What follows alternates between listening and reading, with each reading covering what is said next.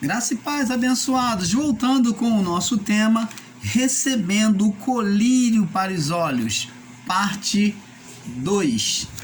Então, amados e abençoados, nós fomos aqui interrompidos, no vídeo, pela extensão do vídeo. Então, nós estávamos falando que Nicodemos, um dos principais da sinagoga, ensinador da palavra, um dos principais da sinagoga, entendia as coisas da lei, veio ter com Jesus de noitinha para que ninguém ouvisse, às escondidas ele veio ter com Jesus e ele falou: mestre, bem sei que tu és mestre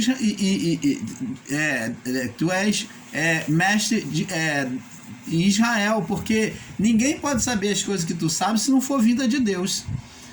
Então Nicodemos veio falar com Jesus e Jesus falou: Nicodemos, importa nascer de novo, te importa você nascer de novo. Está aqui, vamos ver aqui. João capítulo 3, diz aqui: havia entre os fariseus um homem chamado Nicodemos, príncipe dos judeus. Este foi de noite ter com Jesus e disse: Rabi, quer dizer mestre, bem sabemos que és mestre, vindo de Deus, porque ninguém pode fazer os sinais que tu fazes se Deus não for com ele. Jesus respondeu e disse: na verdade te digo que aquele que não nascer de novo não pode ver o reino de Deus. Disse-lhe Nicodemos: como pode um homem nascer sendo velho? Porventura torna a entrar no ventre da sua mãe e nascer? Jesus respondeu: na verdade te digo que aquele que não nascer da água e do Espírito não pode entrar no reino de Deus. O que é nascido da carne é carne, o que é nascido do Espírito é Espírito. Não te maravilheis de te ter dito: necessário vos é nascer de novo. Então preste atenção, Jesus estava falando para um homem velho, um homem entendido na palavra, que ele tinha que nascer de novo. Então, amados, você vê que Jesus estava falando de uma gestação que Nicodemos tinha que ser gerado em um espírito para vir a vida e ter a vida eterna. Então ele tinha que ter a vida em si mesmo, nascer, ser gerado do Espírito para ter a vida eterna. Então, essa comparação que Jesus o faz para demonstrar que também nós somos gerados no mesmo sentido espiritual em Deus. Nós estamos no mundo dentro de outro mundo. E aqueles que ouvem a palavra de Deus estão sendo gerados, vamos botar a palavra, como o irmão Paulo falou no vídeo anterior, no líquido aminoácido de Deus, que é no líquido, na essência da palavra, estão sendo alimentados no embrião, ali pelo embrião do Pai, na palavra de Deus, pelo Espírito Santo. Então, esses que estão sendo gerados recebem vida, eles vão desenvolvendo, vão crescendo, até o que? Saltarmos para fora. Por isso que Jesus falou: eu vim para que tenham vida espiritual. É como uma criança no ventre da mãe, está tendo vida, ela está recebendo vida, e vida em abundância. Vida em abundância é uma vida que entorne para o outro lado, a vida eterna. Então a vida eterna já começa com a vida. Primeiro precisa se ter vida para ter uma vida que entorne para o outro lado. Você está entendendo, amados? Então essas representações já existia. É isto que o canal Luz da Graça vem mostrar para você, que tudo é uma linguagem comparativa, escatológica, porque Deus ele fala em linguagem espiritual. E Jesus aqui falou para Nicodemos, para não facilitar o entendimento para ele, falou porque ele conhecia a palavra, então ele que tinha que buscar ter interesse de entender o que estava falando. Por isso que Jesus falou que ele tinha que nascer de novo. E houve uma confusão na cabeça de Nicodemos. Como uma pessoa velha vai voltar ao ventre da barriga da mãe? É difícil, né? É difícil uma pessoa velha voltar ao ventre da mãe. Mas Jesus estava falando de um nascimento espiritual. Dele se submeter à palavra, receber os líquidos aminoácidos de Deus, ser gerado, ser alimentado num embrião de Deus. Ele tinha que estar conectado ao útero de Deus, ser gerado em Deus. O útero é que gera vida. Esse útero espiritual, o Nicodemos tinha que estar conectado a ele por meio do embrião da palavra. Você está entendendo, amado? E nós, olhando agora, vamos enxergar um pouco agora mais longe. Olha que nós vamos ter um entendimento cada vez mais perfeito sobre o que são essas representações. Preste atenção. Eu não sei se você já reparou. Jesus, vamos lá. Jesus lá no livro de João, já que estamos no livro de João, vamos lá. João capítulo 17. João 17. João 17. Jesus, ele faz a oração que é chamado de oração sacerdotal. Deixa eu ver, é essa mesmo? É isso mesmo. Jesus, ele faz a oração sacerdotal ou oração intercessória, né? O sacerdote é que intercedia pelo povo. Então Jesus falou assim, levantou os olhos ao céu e disse: Pai, é chegada a hora, glorifica o teu filho, para que também o teu filho glorifique a ti, assim como lhe daste poder sobre toda a carne, para que dê a vida eterna a todos quanto lhe deste. A vida eterna é esta, que me reconheçam, que te reconheçam a ti só como único Deus, por causa da idolatria que havia naquele tempo. Ao único Deus verdadeiro, e a Jesus Cristo, e a mim, a quem enviaste. Eu te glorifiquei na terra, tendo consumado a obra que me deste para fazer. E agora, glorifica-me tu, ó Pai, junto de ti mesmo, com aquela glória que tinha contigo antes que o mundo existisse. Então, preste atenção, aqui Jesus ele vem agir como sacerdote e interceder pelos discípulos, pedindo a Deus que guardasse os discípulos, que preservasse eles, para eles estarem prontos para propagar o Evangelho. Pediu fortalecimento para eles. Nós vemos então que Jesus no monte do Getsemane, vamos ver aqui. Jesus no monte do Getsemane, eu não sei se eu vou estar podendo achar aqui por causa do tempo, mas eu vou descrever aqui para você procurar. Então preste atenção, Jesus estando no monte de Getsemane, quando ele está orando, ele pega os discípulos para orar, e ele vai um pouco mais distante, deixa os discípulos para trás, e ele vai um pouco mais distante, e ele começa a orar.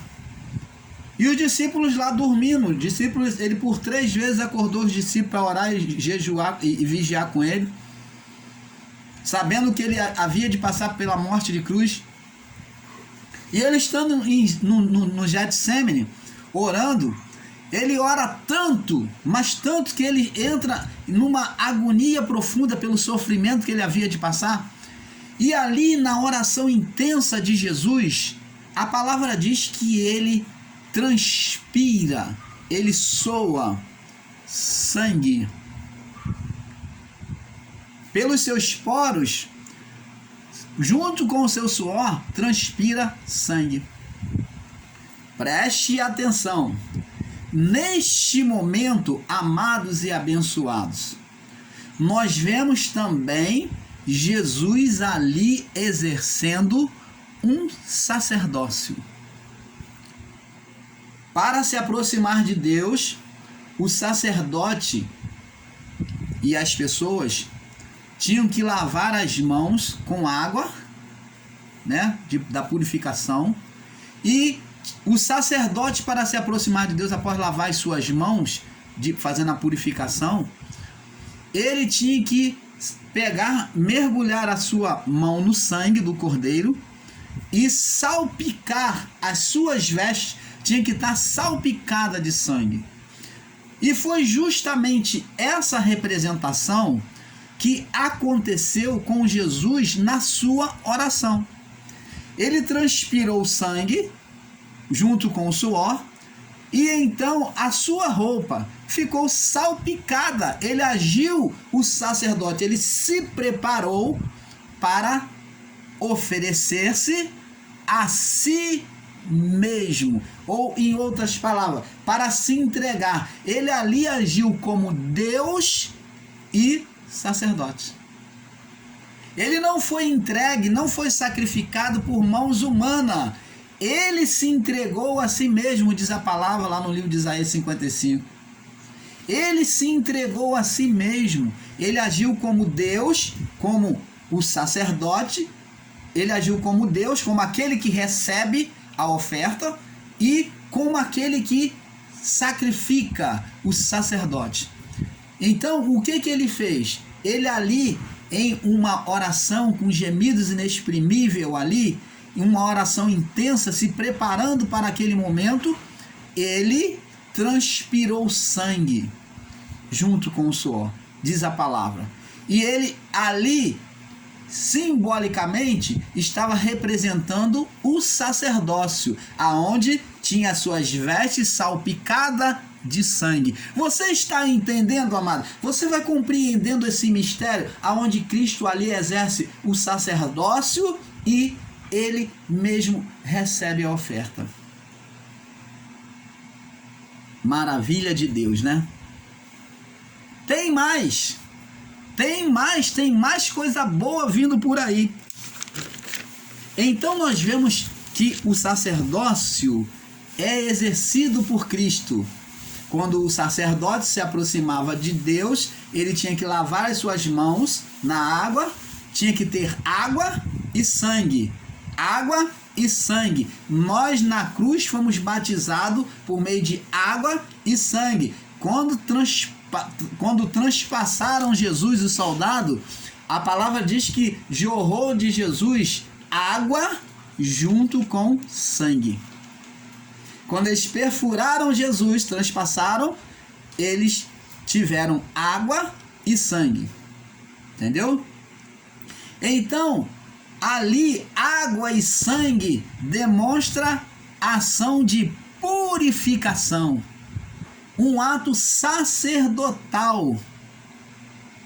Ele exerce o ato sacerdotal antes da crucificação e, ao ser transpassado, nós vemos o ato da purificação, da criação está purificada da sentença do mal. Ali é a prova de que foi aceito por Deus. Água e sangue jorrou de Jesus quando ele foi perfurado no seu lado. Você está entendendo, amado? Agora nós vamos ir um pouco mais adiante. Vamos ser um pouco mais atrevido. O canal Luz da Graça vem mergulhar nas profundezas do amor de Deus. Nós vamos mergulhar sem medo, né? Porque o amor não traz consigo medo. Então vamos mergulhar. E diz assim, preste atenção. Nós temos que entender agora outra figura expressa na Bíblia é sobre o reinado de Saul, aonde Saul vem representar quem?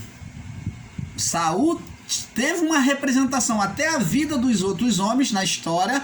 Presta atenção, você que radicaliza dizendo que Deus amou a Jacó e amaldiçoou Esaú, Deus nunca amaldiçoou, ele nunca odiou, era apenas uma representação de propósito.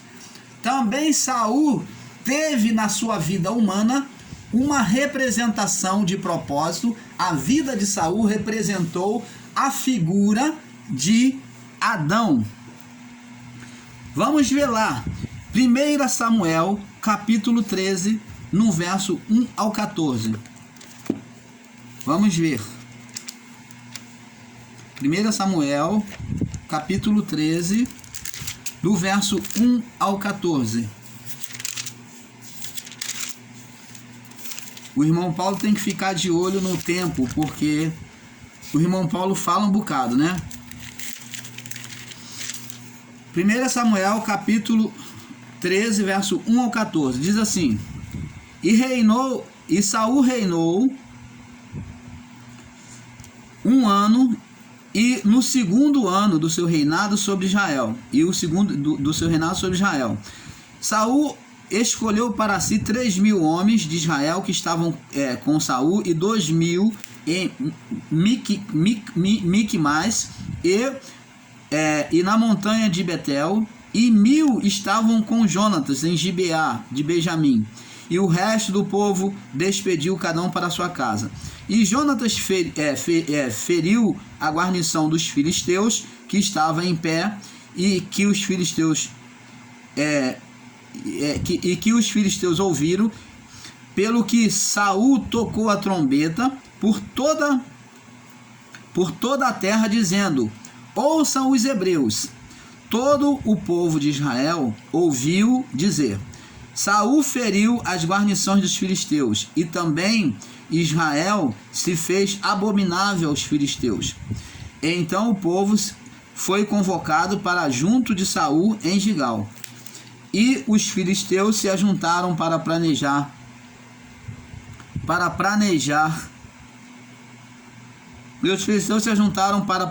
contra Israel 30.000 carros e 6.000 cavaleiros, e o povo em multidão, como a areia que está sobre a beira do mar, e subiu e se acamparam em Micmais, no oriente de Bet-aven.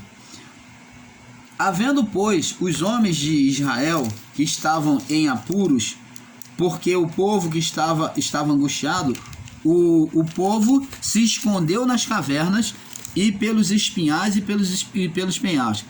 E alguns dos hebreus passaram do Jordão para a terra de Gade e Gileade, estando Saul ainda em Gigal, e todo o povo ia atrás dele tremendo.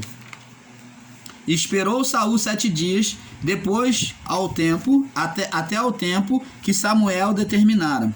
Não vindo, porém, Samuel a Gigal, então Samuel determinou que eles esperassem ali para entrar para a batalha. Não vindo, porém, Samuel a Gigal, Samuel se demorou, o povo se dispersava dele. Então disse Saul: trazei-me aqui um holocausto. Olha a loucura que Saul vai cometer, exercendo o sacerdote. Saul é rei e não sacerdote. Ele age como sacerdote, olha só. Então disse Saul, verso 9: trazei-me aqui um holocausto e ofertas pacíficas. E ofereceu o holocausto. E sucedeu que, acabado ele de oferecer o holocausto, eis que Samuel chegou, e Saul lhe saiu ao encontro para o saudar. Ele vem com a cara mais lavada para abraçar Samuel e saudar ele.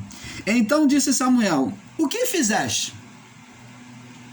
Disse Saul: porquanto via que o povo se espalhava de mim, um homem que buscava exaltação humana, vendo que o povo se espalhava de mim, e tu não vinhas nos dias já aprazados, e os filisteus se tinham ajuntado em Micmais, eu disse: agora descerão os filisteus sobre mim a Gigal, e ainda a face do Senhor não orei.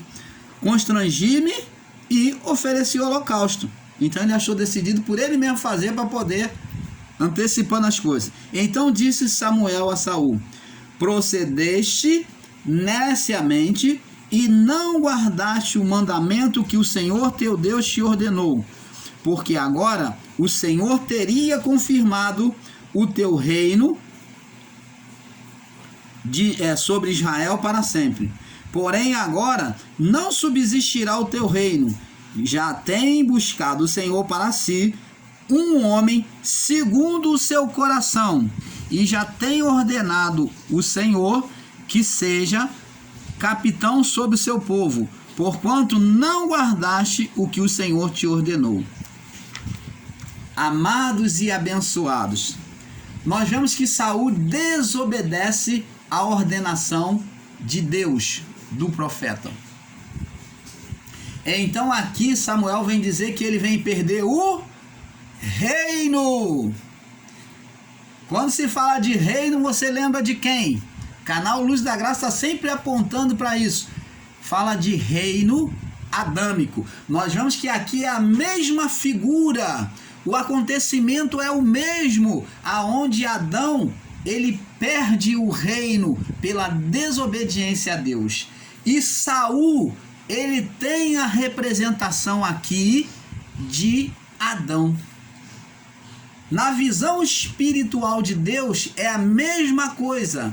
Saul e Adão agem no mesmo espírito. Desobedece à ordem de Deus de não comer da árvore do meio do jardim, do bem e do mal, do conhecimento do bem e do mal, e Saul desobedece e toma uma atitude sacerdotal. Ele se precipita em lançar a mão e oferecer e agir como sacerdote para buscar o quê? Exaltação. Ele queria dominar sobre o povo, ser louvado pelo povo. Então, quando ele viu que o povo se distanciou dele pelo medo dos inimigos, ele quis buscar atrair a atenção do povo para dizer que Deus estava ali. A mesma coisa aconteceu com Adão, que buscou o poder. Adão e a sua mulher. Então, amados, temos que entender que as figuras, elas são paralelas no sentido espiritual. A mesma representação. Agora Deus diz que não subsistirá o teu reino, verso 14. O teu reino já tem buscado o Senhor para si um homem. Quem é esse homem que Deus vai levantar agora para reinar no lugar de Saul? Davi. E quem é que Davi faz comparação de reinado? Qual o reinado que agora, quando o reinado de Adão é retirado, é sentenciado no juízo, qual é o reinado que João Batista vem pregando? Ele fala, é chegado o reino de Deus, é o reino de Cristo. Davi faz representação, alusão ao reinado de Cristo. Você está entendendo, amado? Olha só as figuras como é que se encaixa. Olha esta iluminação, como é que o Adão, que Saul representou Adão, Cristo representou Davi, e o Golias vai representar quem? O espírito de rebeldia de Adão, Satanás, o gigante. E nós vemos que gigante ele procede de uma linhagem de anjos, de um ser de glória, em seu estado de glória. Então os anjos, como veio de um estado de glória, o seu corpo era acima do homem. Nós vemos que os anjos também, o corpo dos anjos são maiores do que o corpo do homem. Eles foram feitos maiores em estatura. Então você vê que o gigante, aquele homem fora do normal, ele tinha uma descendência nos anjos, no ser espiritual que fez oposição a Deus. Você está entendendo, amado? Você está começando a ligar agora os fatos que esse gigante representa o espírito de Satanás que Adão criou no seu estado glorificado, como os anjos?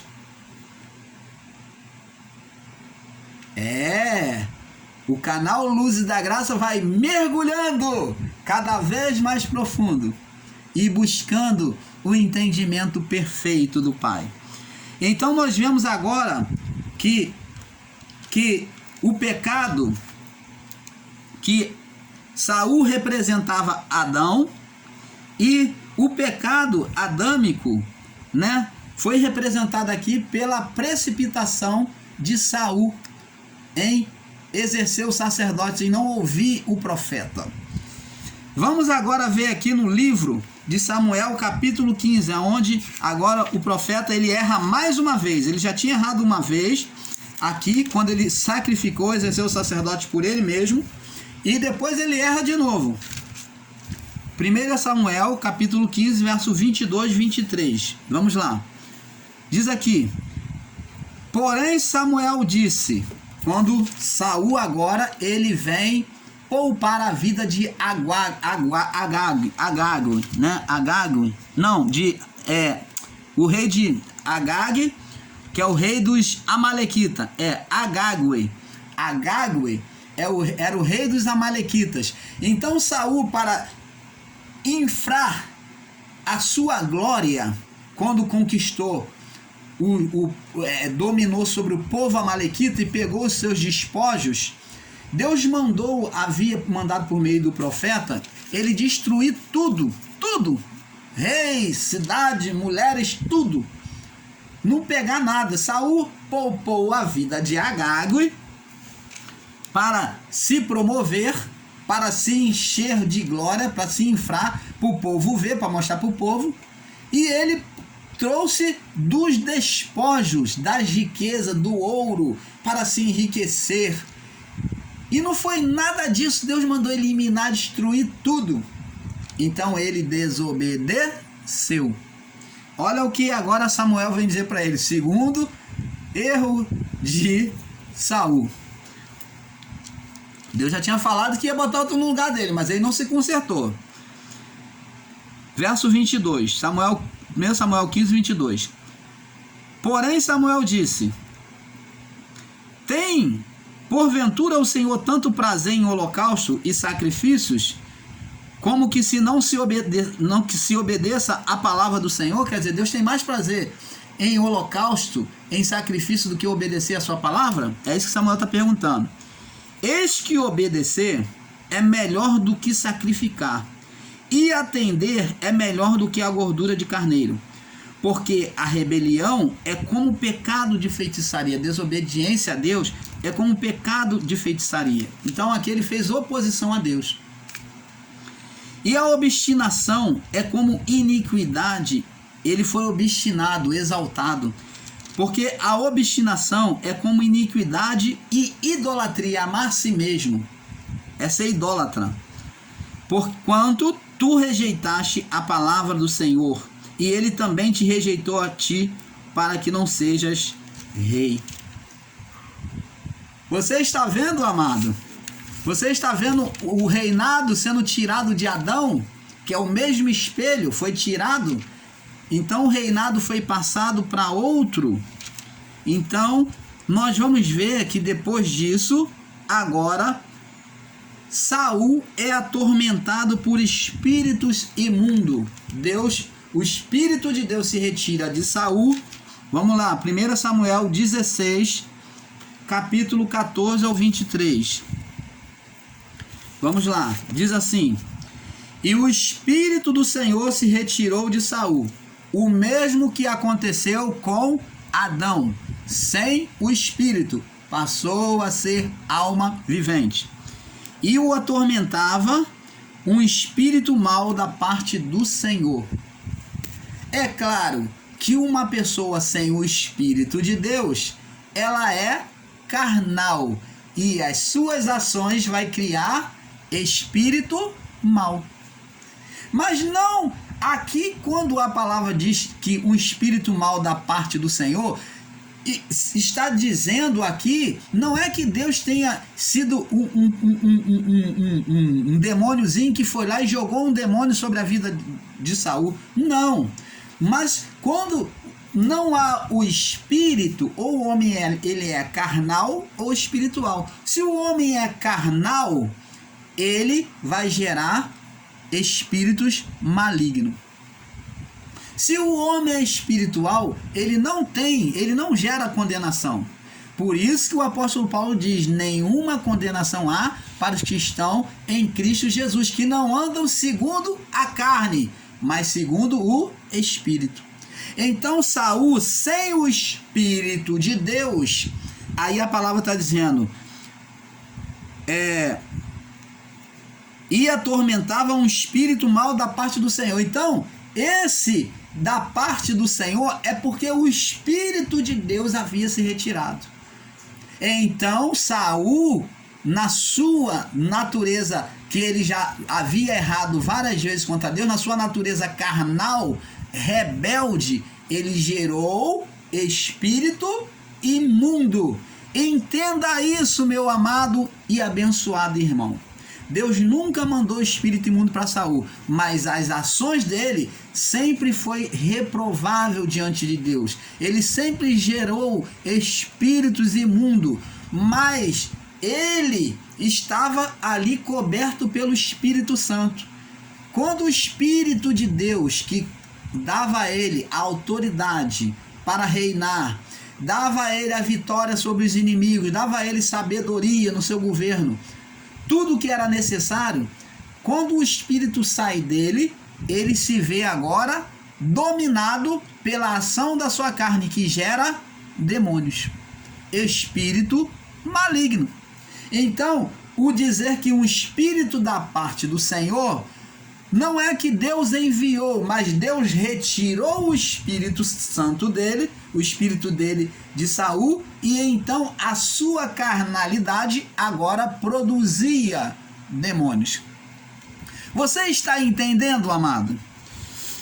Então, diz assim: então os criados de Saul lhe disseram: eis que agora um espírito mau da parte de Deus, porque o povo daquela época tinha entendimento de que toda ação maligna era Deus sentenciando o homem, como o irmão Paulo explicou no vídeo anterior, tá? Então, quem sentenciou a Jó? Deus ou Satanás? Então Deus não tenta o homem, porque não pode ser tentado pelo mal.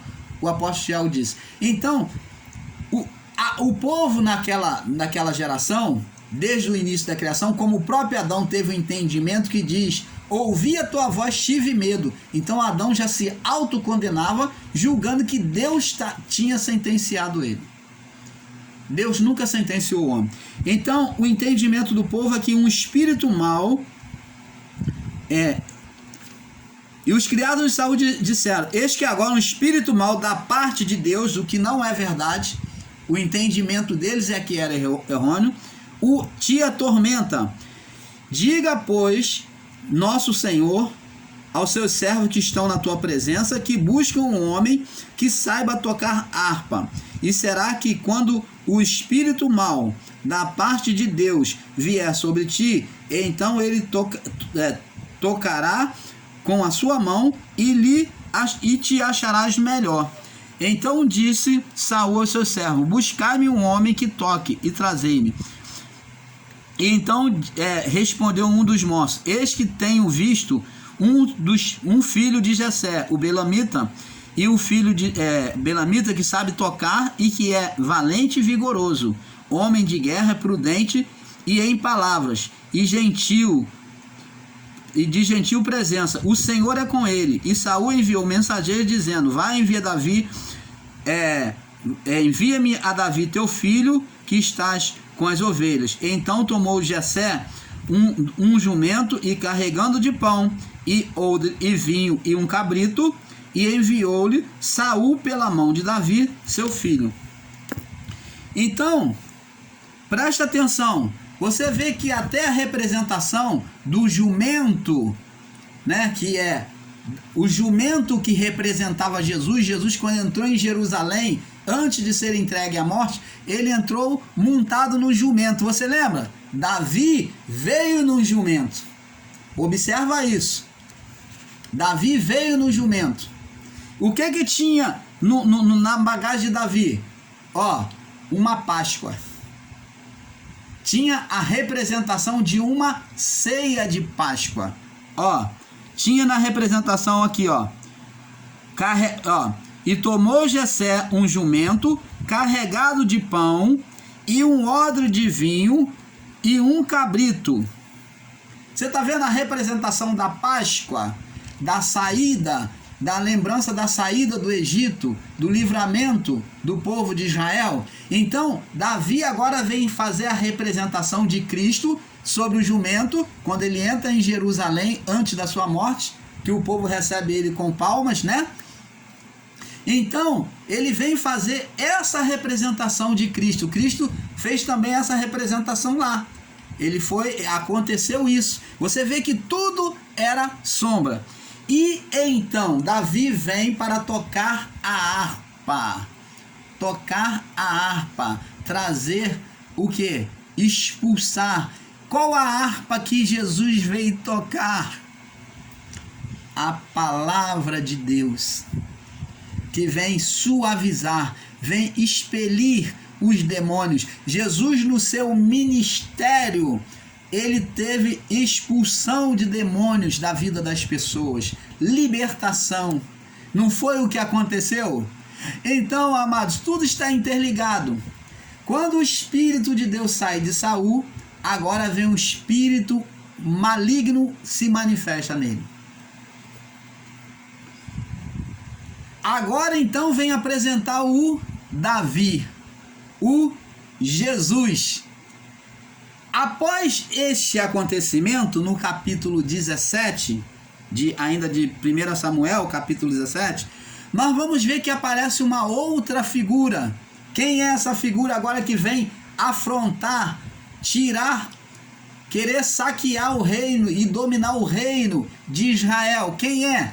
Após o pecado de Saul contra Deus, após Saul perder o seu reinado, quem é que aparece para querer dominar o seu reino?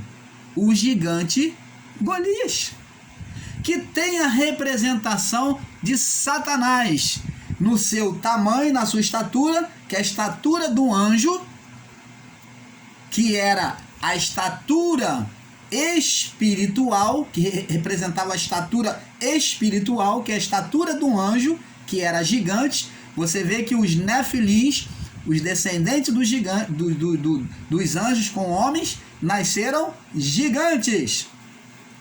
Opa! Então o Satanás não é um anjo que desceu do céu, mas o espírito de oposição de Adão, que agora é representado como Golias, aqui na figura descrita da história do reinado de Saul, que tem a mesma representação do reinado de Adão, quando ele perde o seu governo.